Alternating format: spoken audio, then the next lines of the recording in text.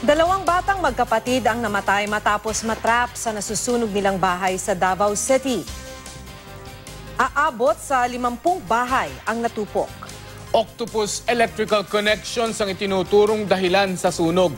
Makibalita tayo kay Sheila Vergara Rubio ng GMA Davao.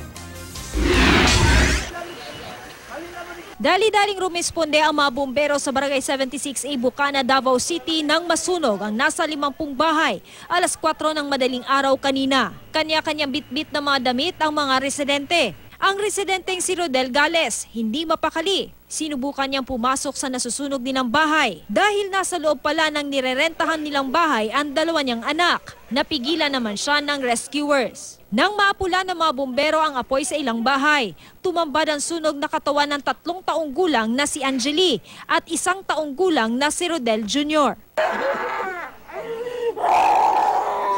Ligtas naman ang 5 taong gulang na pinakamatandang anak ng mag-asawang Gales na si Angela May dahil wala naman siya sa nasunog na bahay. Sabi ni Rodel, kaaalis lang yan ng kanilang bahay para maghatid ng pagkain sa asawang on duty bilang security guard. Ang mga pinagbili ng magbantay sa mga bata, umalis din daw dahil namasada ito ng tricycad.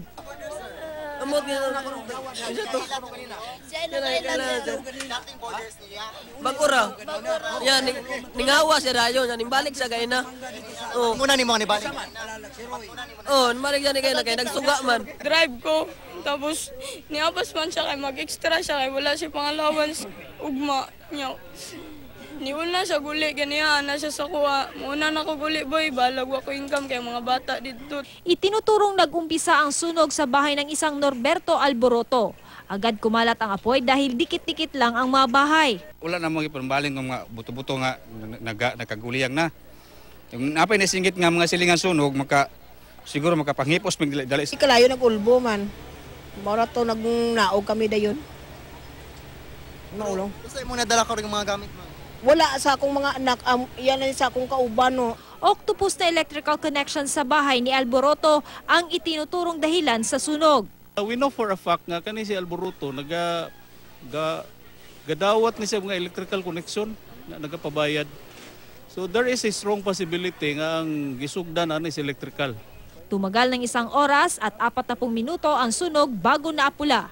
Sheila Vergara Rubio, Nagbabalita, Pilipinas.